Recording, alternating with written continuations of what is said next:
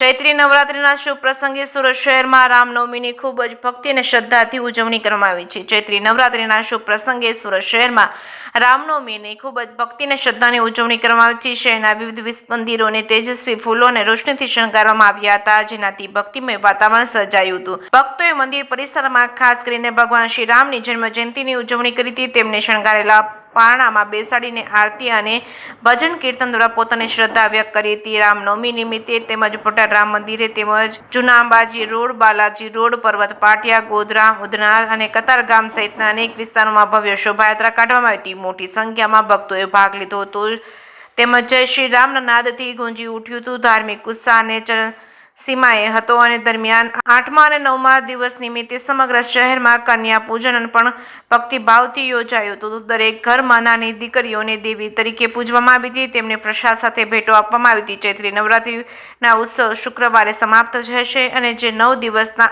આ ધાર્મિક ઉત્સવના અંત તરીકે ઉજવવામાં આવશે. જે કે સિંગુ સાથે સુનિલ ગંજાવાલા, સુરત.